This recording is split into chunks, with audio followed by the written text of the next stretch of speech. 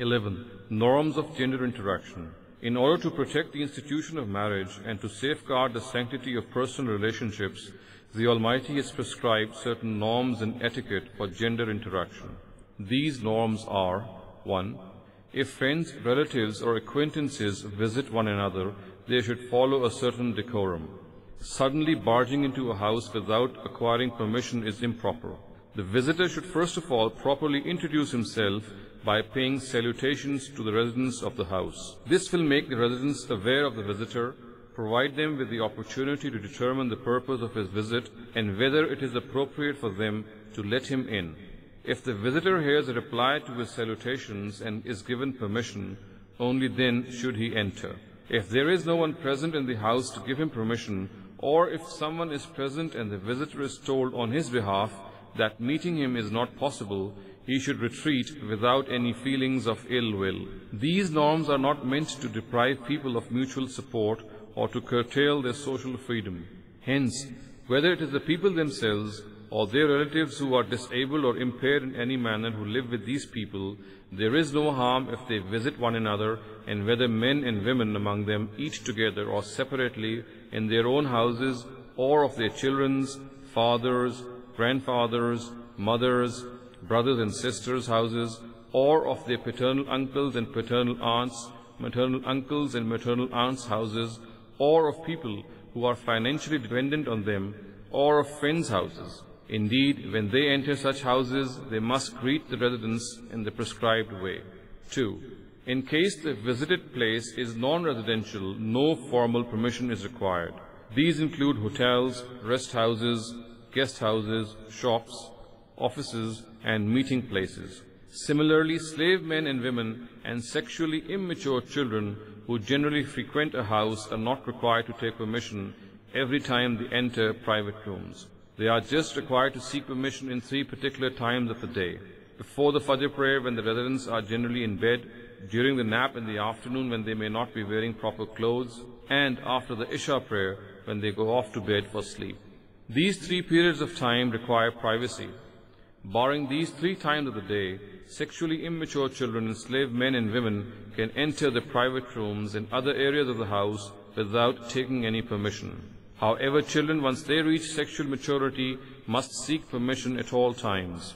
After reaching this age, they must follow the regulations which pertain to all. 3. In both types of visited places, if women are present, then the divine directive is that both men and women present should restrain their gazes.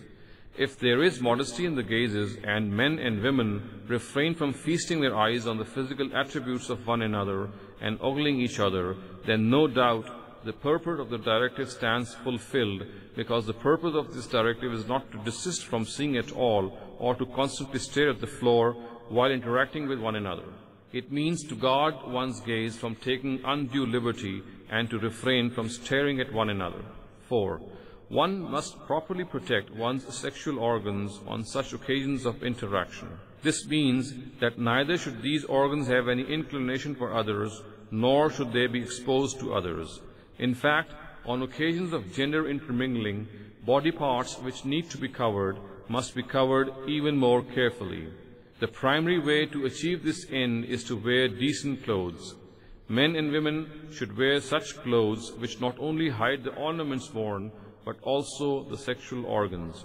Moreover, on such occasions, care should be taken that the person does not expose his sexual organs. 5. It is necessary for women in particular not to display any of their embellishments except before their mahram relatives in attendance. However, exempted from this are embellishments adorned on limbs which are generally never covered, that is, makeup and the ornaments worn on the hand, the face, and the feet. Barring the makeup and ornaments worn on these places, women must hide the embellishments worn on all other places. So much so, they should not walk by striking their feet in a manner which draws attention to any hidden ornaments they may be wearing. 6. Since the chest of women is a means of sexual attraction, and there also may be jewelry worn in the neck, they are directed to cover their chests with a cloak. This directive of covering the chest and the neckline does not pertain to old women who are no longer of marriageable age, on the condition that their intention is not to show off their ornaments. However, what is more pleasing in the sight of Allah is that even in this age they be careful and not dispense with this garment in the presence of men. This is more seemly. 12. Directives relating to parents. The most important of relationships which are produced as a result of marriage is that of the parents. All divine scriptures instruct man to show kindness to the parents. The bounds and limits of this directive can be stated thus. 1. A person should be most grateful to his parents after his Lord. This gratitude must not be expressed merely by the tongue. It should also manifest in good behavior towards them. The obvious outcome of this is that a person should respect them and never become fed up of them. He must not utter a single word of disrespect to them. Instead, he should be soft, sympathetic, loving, and obedient to them.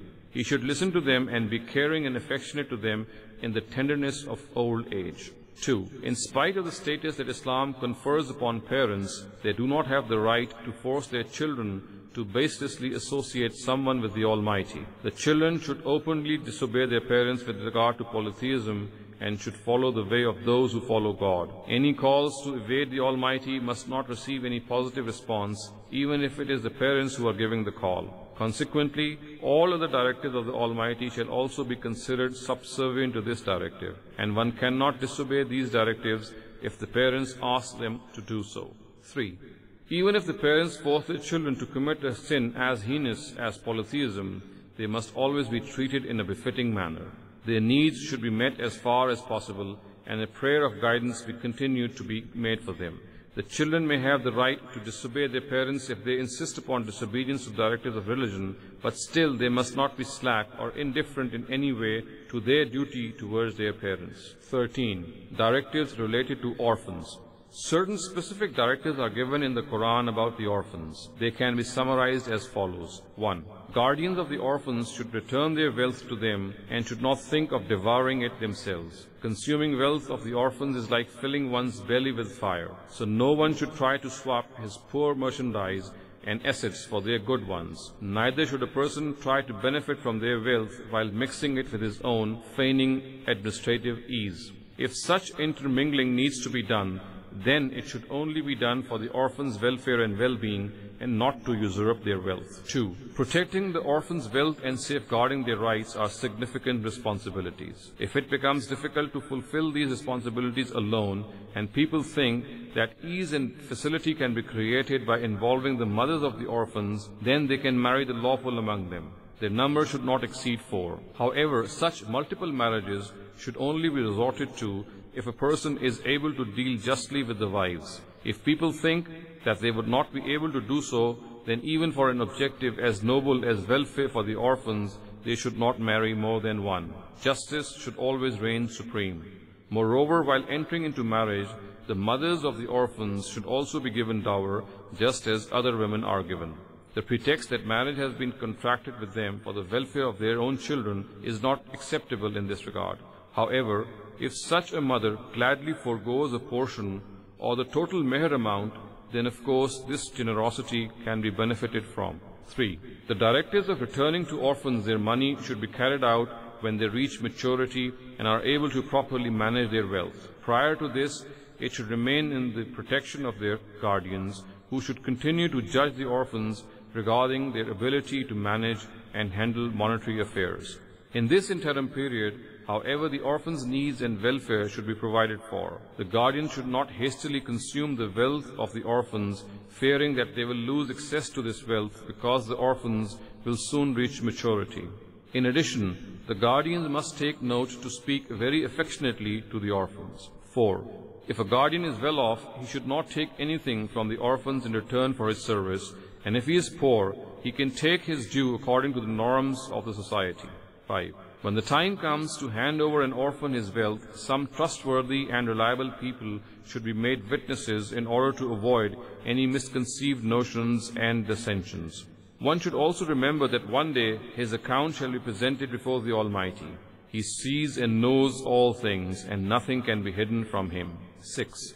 Although the shares of the heirs to a deceased are fixed, yet if at the time of distribution of inheritance some close relatives, orphans, or poor people happen to come by, then whether they have a legal right in his inheritance or not, they should be given something and be spoken to in a befitting manner at their departure.